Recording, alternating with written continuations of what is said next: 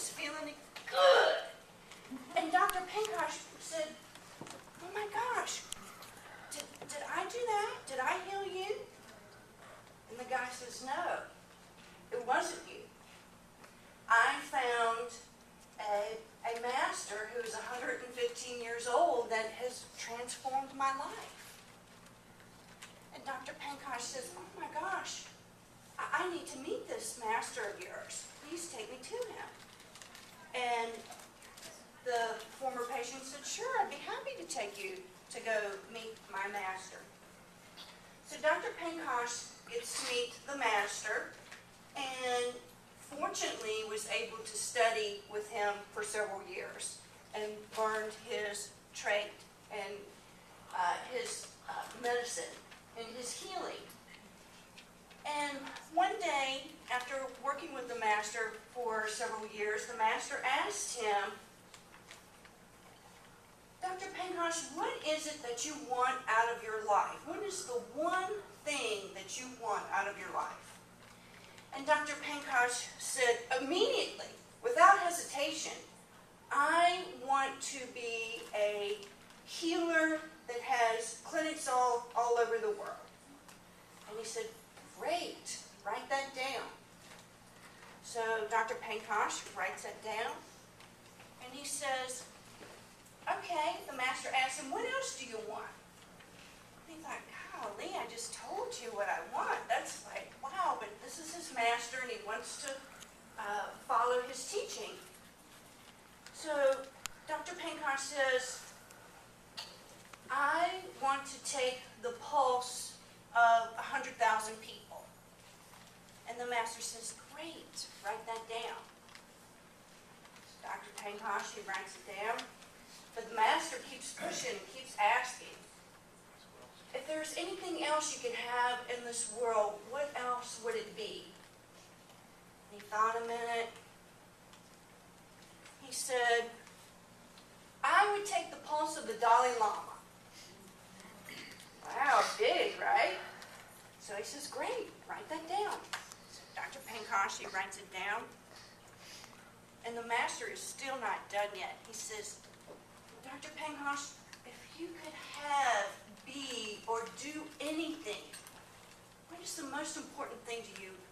What would you do? He thought a minute.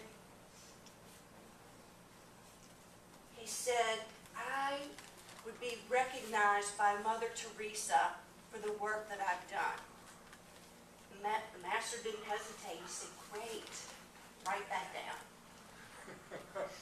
Pretty big stuff, right? So that is one of the things that I want to get across to you is that we want you to think big. Do not hold yourself back. Be big. These are masters. This master is encouraging him. And Dr. Pinkosh was telling the story to Chris and Janet Atwood, and he said, you know what, Janet and Chris? Every one of those things have come true. The past 21 years, every one of those things have come true.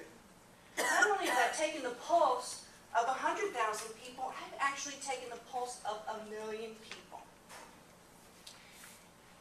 Not only that, the Dalai Lama calls me on a regular basis to take his pulse. So the Dalai Lama is one of my patients.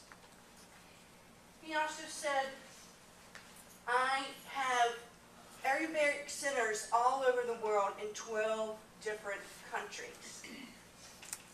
And he also said, I have, several years ago, a long time ago, I had Mother Teresa come to my clinic and give me a great big hug to thank me for all of the work that I had done to help children with AIDS.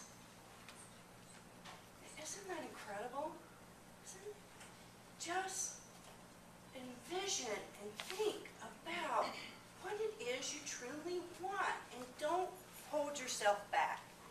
Think big, big, big, big. So it was at that point that Janet and Chris realized the importance of markers. And so you have written down your top 5 passions.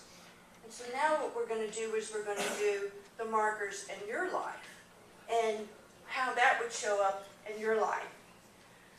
Now, markers are measurable and they are observable.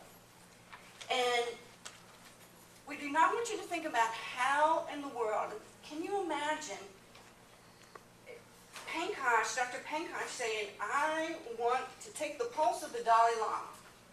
And I heard several of you go, whoa, that's maybe be too big for your britches today. I really want you to think big and outside of the box and go beyond what you think that you can, because the how will show up if you're definitely passionate about it. So I'm going to give you some examples of